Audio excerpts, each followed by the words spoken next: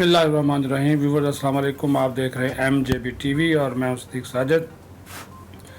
Programme है insider with Mohsin Jamil Baig और एक मरतबा फिर आज गुफ्तगू करेंगे मोहसिन जमील बेग साहब से, editor in chief online news network Delhi. जनाब, तौहीन अदालत की कार्रवाई बनती है इमरान खान के ख़िलाफ़ या नहीं बनती? क्योंकि चीफ इलेक्शन कमिश्नर के ख़िलाफ़ जिस किस्म के बेहुदा और बेबुनियाद इल्ज़ामात उन्होंने लगाए हैं, तो इसके ऊपर भी बात होगी कि क्या तौहीन अदालत की कार्रवाई इमरान खान के ख़िलाफ़ जो है ना की जाए।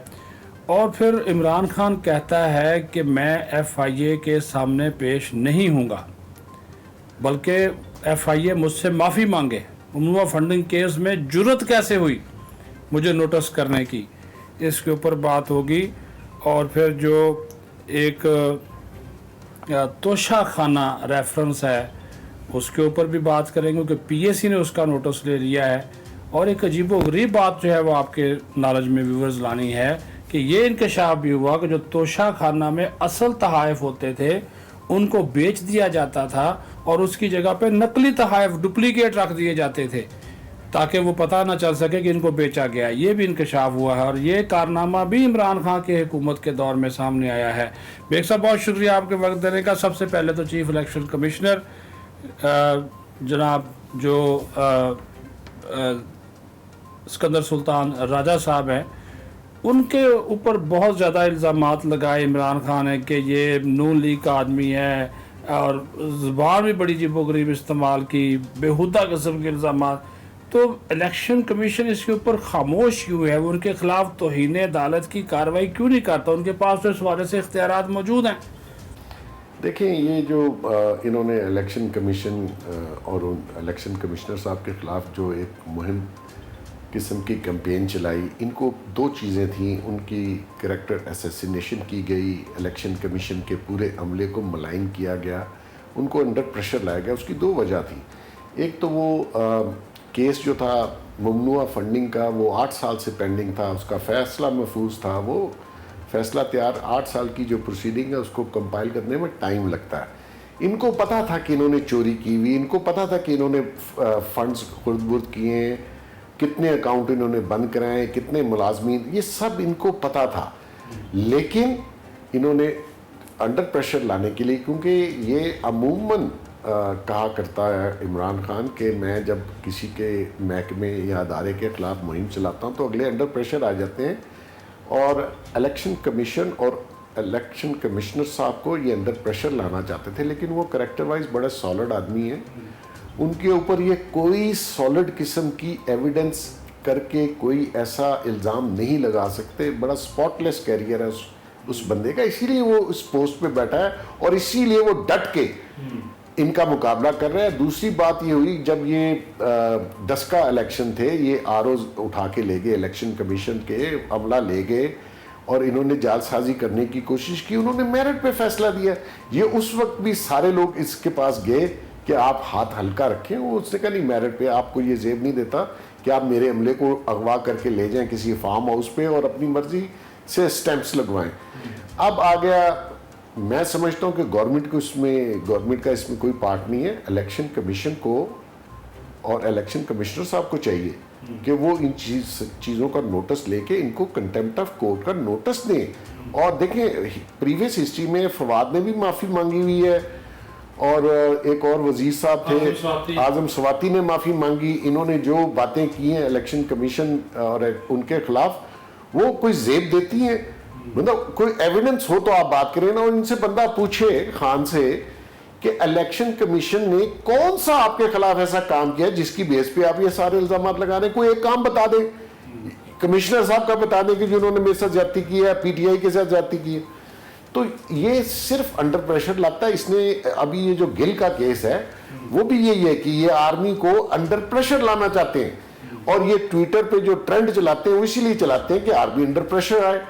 मतलब ये काम तो हमारे दुश्मन ममालिक भी आर्मी के साथ नहीं कर रहे थे जो इन्होंने किया। अब सारे गए हैं पकड़े, अब निकल रही हैं चीखें, अब ऑक्सीजन भी चाहिए इनको, हॉस्पिटल भी चाहिए इनको।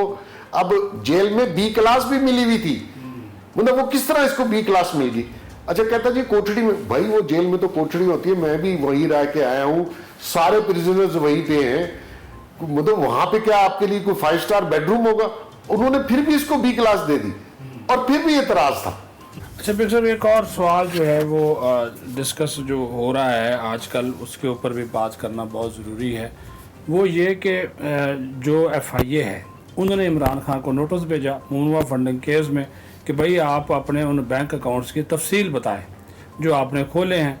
तो जो इनके अनवर मंसूर वकील हैं इमरान खान के, उनके ज़रिए इमरान खान ने उन FIA वालों को जवाब ये दिया कि आप होते कौन है मुझसे पूछने वाले, आपकी अथॉरिटी नहीं है और आप नोटिस वापस ले वरना मैं आपके खिलाफ लीगल एक्शन लूँगा। लेकिन FIA डटी हुई है। क्या कहेंगे इस रवैये के ऊपर कि एक तरफ इमरान खान कहता था कानून और इंसाफ सब के लिए बराबर, और आप खुद ही कानून के सामने सरेंडर करने से इनकारी है? आपका कमेंट। अब आप बताएं सिद्दीक साहब, हमें तो आप नोटिस दिए FBR के, FIA के, पर्चे काट दिए, FBR ने 5 साल का टैक्स, हालांकि सारे टैक्स है, मैं प्राइवेट आदमी हूँ, टैक्स देता हूँ, मेरे 22 अकाउंट बंद कर दिए, टैक्स भी दिया, उसके बावजूद 5 साल का टैक्स निकाल के फिर टैक्स लगा दिया। FIA ने मुझे कोई 3 पर्चे काटे, मेरे ख्याल में कोई 10 नोटिस दिए होंगे, हमने तो हाजिरी दी है। आप आसमान से उतरे हैं, आप कौन हैं?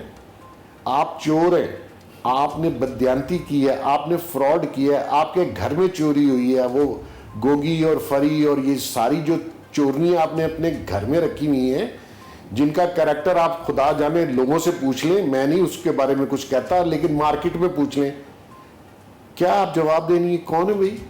मिसालें आप देते हो हजरत उमर की, मिसालें आप देते हो UK की, स्कैंडिनेवियन अमेरिकन सारों की, कि हर हुक्मरान जवाब दे। चोरी आपने की, उसका जवाब भी आपने नहीं देना।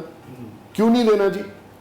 आप जवाब दे हैं, आपको इन चोरियों का, इन फ्रॉड का हिसाब देना पड़ेगा और आपको पेश होना पड़ेगा और कानून अपना रास्ता खुद बनाएगा। अच्छा बेग साहब, एक और इशू है, ये जो तोशा खाना रेफरेंस है, और जो अभी तो ज़ाहिर है वो चल रहे हैं मामला आगे, लेकिन अब जो सबसे बड़ा पार्लिमानी फोरम है एहतसाब का, PAC पब्लिक अकाउंट्स कमेटी, उसने भी इसका नोटिस लिया, तफसील मांगी है कि 4 सालों के दौरान जो तोशा खाना से तहफ़ लिए गए, बेचे गए, उसकी तफसील दी जाए। तो उसमें तो ऐसे ऐसे इंकशाफात भी सामने आए हैं कि असल तहफ़ की जगह पर डुप्लीकेट रख दिए गए। इसके ऊपर क्या कमेंट करेंगे? अब आप देखें कितना पैटी थीव है इसको, ये वो चोर है जो चिंदी चोर, ये छोटी छोटी चीज़ें भी नहीं छोड़ी। अब आप उसकी तोशा खाना की डिटेल देख लें। अब जैसे वो गोल्डन कलेक्शन कोफ्ती वो मिसिंग है, मतलब ये आपकी औकात है, ये आपकी असलियत है, और आपके जो घर में बैठे हैं ये उनकी असलियत है, क्योंकि वो पहले उनके हस्बैंड जो थे वो कस्टम में थे, उन्होंने कस्टम में भी लोगों को जो मार धाड़ और रिश्वत ली है वो आप आम लोगों के ज़ुबानों से ज़रा सुन लें। वो तो एक शख्स कहता है कि एक बंदे से तो रोलेक्स उतरवा ली घड़ी रिश्वत में, जो उस बंदे के हाथ में पहनी हुई थी। तो ये है आपका कैरेक्टर, आपने कोई चीज़ नहीं छोड़ी तोशा खाना में। अब ये जो नया इंकशाफ है कि जी कई चीज़ों की जगह डुप्लीकेट चीज़ें रख दी, तो ये केस क्या है? ये आपने इसका जवाब नहीं देना, इन चोरियों का जवाब किसने देना है? और रोज़ जलसे करके वही बातें दोहराते हो जी, सादक और अमीन। मैं तो कहता हूँ उस बंदे को कटहरे में लाना चाहिए जिसने इसको ये सादक अमीन का सर्टिफिकेट दिया, हालांकि ये मॉरली इतना करप्ट आदमी है कि उसके ऊपर भी ये सादक अमीन नहीं हो सकता। बहुत शुक्रिया बेग साहब आपके वक्त देने का। तो जो बेग साहब ने गुफ्तगू की है कि FIA का जो इख्तियार है उसको इमरान खान चैलेंज नहीं कर सकता। ये FIA वही है जो हमें भी नोटिस देती रही, हम पेश होते रहे, एक एक दिन में 3 केसेस हुए, हम पेश होते रहे। अब उसी FIA ने जब इमरान खान को नोटिस दिया है तो उसके सामने खड़े हो गए हैं। ये नहीं हो सकता, कानून के इस मामले पे अपना रास्ता लेना चाहिए, इंसाफ के तकाजे पूरे होने चाहिए। अपना ख्याल रखें, बहुत शुक्रिया।